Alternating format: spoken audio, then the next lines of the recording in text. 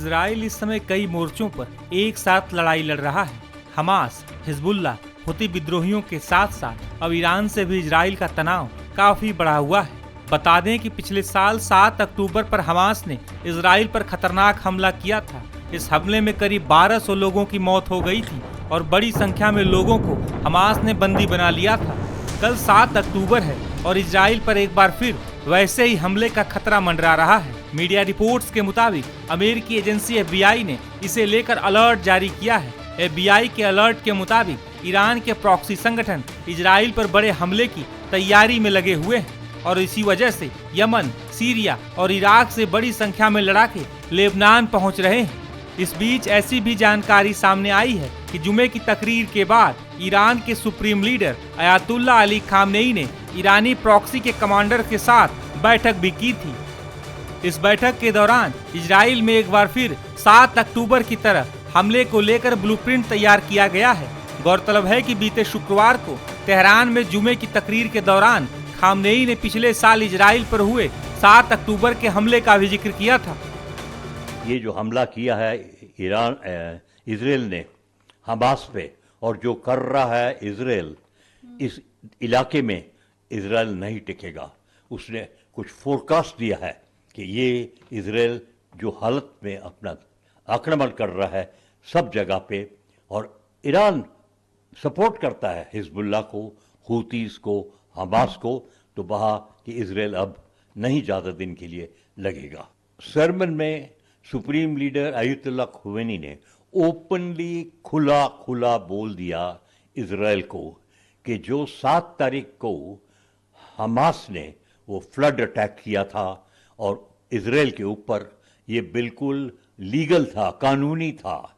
अब कैसे उन्होंने समझाया कि मैं समझाऊं कि ये जो था गाजा स्ट्रिप एक छोटी सी जगह है जहां पैलेस्टीनियंस के ऊपर बहुत दुर्घटना होती थी, उनको आना जाना मुश्किल था। तो ऐसा लग रहा है कि जैसे एक कोई टिन में लोगों को भर के रखो, उन्होंने ये कारोबार किया। और कहते हैं कि जब ऐसी हालत होती है, अपनी सुरक्षा के लिए, अपने रहने के लिए अटैक ऐसे आप कर सकते हो।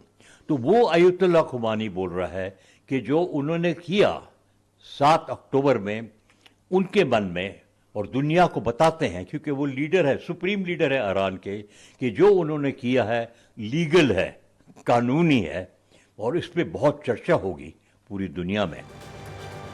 बता दें कि अयातुल्लाह अली खामनेई की तकरीर खत्म होने के बाद इजरायली इलाकों में रॉकेट्स भी दागे गए थे। जैसे अयातुल्लाह खुमैनी जो सुप्रीम लीडर है ईरान के, उनका जो सरमन भाषण बड़ा खत्म हुआ, लग रहा है कि हिजबुल्लाह ने कुछ रॉकेट्स चला दिए इजराइल में, दक्षिण इजराइल में उन्होंने रॉकेट चला दिए। अब ये तो रॉकेट चला रहे थे और इजराइल कहता है कि कुछ डैमेज नहीं हुआ, कुछ नुकसान नहीं हुआ, लेकिन ये है कि उनको डरा दिया। हिजबुल्लाह रॉकेट्स के साथ अटैक कर रहा है, लैंड अटैक भी हो गया है, जमीन पे भी अटैक हो गया है, और मीडिया ने रिपोर्ट किया था कुछ 4-5 इजरायली सोल्जर्स मारे गए। गौरतलब है कि दक्षिणी लेबनान में इजरायली सेना ताबड़तोड़ हमले कर हिजबुल्लाह लड़ाकों के ठिकानों को तबाह कर रही है। दरअसल हिजबुल्लाह ने इस इलाके में कई सुरंगें बना रखी हैं। डेफिनेटली इजराइल का हिजबुल्लाह के खिलाफ जो ऑपरेशन है, आधा या ज्यादा तो है by air, missiles, drones, bombing, right. अब उसके अलावा इजराइल ने प्लान है उनका, जो वो कहते हैं कि उनके बॉर्डर से 30 किलोमीटर दूर तक हिजबुल्लाह को निकाल के बफर जोन बना दो। और उसका रीजन ये है कि हिजबुल्लाह के पास बहुत सारे छोटी छोटी रेंज के कैट्यूशा पुराने रॉकेट्स हैं, तो वो अगर 20 किलोमीटर लेबनान के अंदर से मारते हैं तो इजराइल में 10-20 किलोमीटर आ जाते हैं। तो इसलिए इजराइल का कहना है कि 30 या 40 किलोमीटर तक अपने बॉर्डर से, इजराइल लेबनान का बॉर्डर करीब 80 या 90 किलोमीटर का है, वहां से करीब 30 किलोमीटर दूर तक इन्हें पिछाड़ दें ताकि ये बफर जोन बन जाए।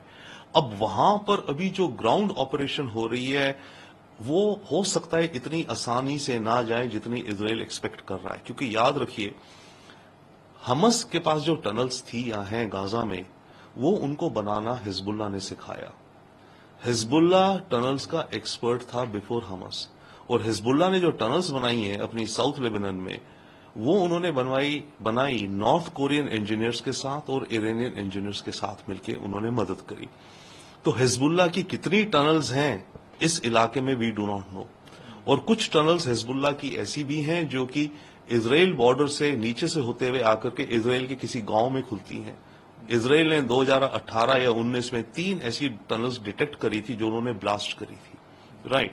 तो अब साउथ लेबनान के अंदर जब इजरायली फोर्सेस जाएंगी तो देखना ये है कि टेरेन बहुत अलग है, ये रगेड है, पहाड़ियां हैं, झाड़ है, डेजर्ट टाइप इलाका है, बट वहां पर अगर ये टनल्स ज्यादा हैं तो हिजबुल्लाह के फाइटर्स वही टनल से एक गए घुसे दूसरे से मारा। उन टनल्स में इनके वेपन स्टोरेज है, कम्युनिकेशन सिस्टम इत्यादि है।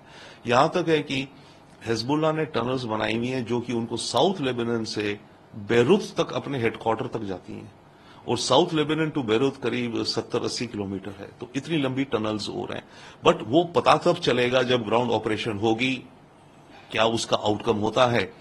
Otherwise yes, Israel ground operation पे तो आगे जा ही रहा है यहां पर, एज वेल एज हिजबुल्लाह की जो हेड है, कमांड कंट्रोल सेंटर्स, उसको रिपीटेडली बॉम्ब करके फ्लैटन आउट कर रहा है। अमेरिकी एजेंसी FBI के मुताबिक प्रॉक्सी संगठनों को भारी संख्या में हथियार मिल रहे हैं, जिसमें हुती के पास सबसे ज्यादा हथियार पहुंचाए गए हैं। इसके अलावा बाकी संगठनों तक भी लगातार हथियार पहुंचाए जा रहे हैं। हिजबुल्लाह को भी ईरान सहित कई देश हथियार दे रहे हैं। हालांकि इजराइल भी इन सभी संगठनों को जोरदार चुनौती दे रहा है। ये दुनिया में दुविधा है, जिसको वो फ्रीडम फाइटर कहते हैं हम उसको टेररिस्ट कहते हैं, और जिसको हम फ्रीडम फाइटर कहते हैं दूसरा उसको टेररिस्ट कहता है। तो मिडिल ईस्ट की वर्ल्ड में ये हम क्लासिक देख रहे हैं। ईरान तो कहेगा ही ना फ्रीडम फाइटर है नसरुल्लाह, और जो भी हम कर रहे हैं हम सही चीज कर रहे हैं, और वो तो दूसरा साइड है जो कि आतंकी है। इजराइल कहता है, and rightfully also many cases में, कि ये आतंक कर रहे हैं, और इजराइल हम जो कर रहे हैं हम फ्रीडम और लिबर्टी के लिए फाइट कर रहे हैं। तो ये क्लासिक डिवाइड रहेगी, that is one. Second, Iran का ये कहना और ये भी समझ आता है क्योंकि ईरान और इजराइल की एक तरह की दुश्मनी इतनी बढ़ चुकी है कि दोनों एक दूसरे का एंड देखने की तरफ चल रहे हैं।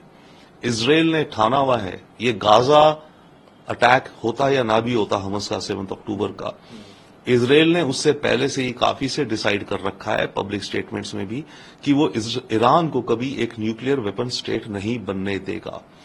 और ये खबरें साल भर पहले भी आ रही थी, अब भी आ रही हैं कि ईरान काफी निकट है फ्यूल को लेकर के, एटम बम तो नहीं बट एटॉमिक फ्यूल को लेकर के बनाने के में। तो ऐसे में एक्सपेक्ट तो यही करा जाएगा कि ये जो जंग जा रही है ये ईरान की न्यूक्लियर रिसर्च और न्यूक्लियर एनरिचमेंट जो फैसिलिटीज हैं उनको डिस्ट्रॉय करने की तरफ जा रही है इजराइल की तरफ से, एंड ऑल्सो ईरान के अंदर एक रेजीम चेंज सॉरी ईरान के ओके, एंड सेकेंडली ईरान के अंदर रेजीम चेंज। देखिए, ईरान का अगर इजराइल न्यूक्लियर प्रोग्राम एलिमिनेट कर भी दे या डिले कर दे, ब्लास्ट कर दे, 10 साल तक डिले हो गया, पर प्रॉब्लम तो फिर भी वही रही ना। अगर ईरान की रेजीम इजराइल की जानी दुश्मन रही तो इजराइल का ऑब्जेक्टिव ये है और अमेरिका का ऑब्जेक्टिव भी ये है कि ईरान की रेजीम चेंज हो। उसके लिए कुछ पीसेस ऑलरेडी हैं भी, ईरान के अंदर ऑपोजिशन है इनकी सरकार को, कुछ हिजाब को लेके प्रोटेस्ट एक वो बहुत बड़ा रीजन भी था। ईरान के नॉर्थ में जो कर्डिश रीजन्स हैं वहां से रिबेलियन हो रहे हैं। ईरान के साउथ ईस्ट में जो ईरान का बलूचिस्तान है वहां इंसर्जेंसी है। तो इन सब इंसर्जेंसीज और ऑपोजिशन को बढ़ावा देना और उसके जरिए रेजीम चेंज करवाना ईरान का, ये एक उद्देश्य है इजराइल का और अमेरिका का।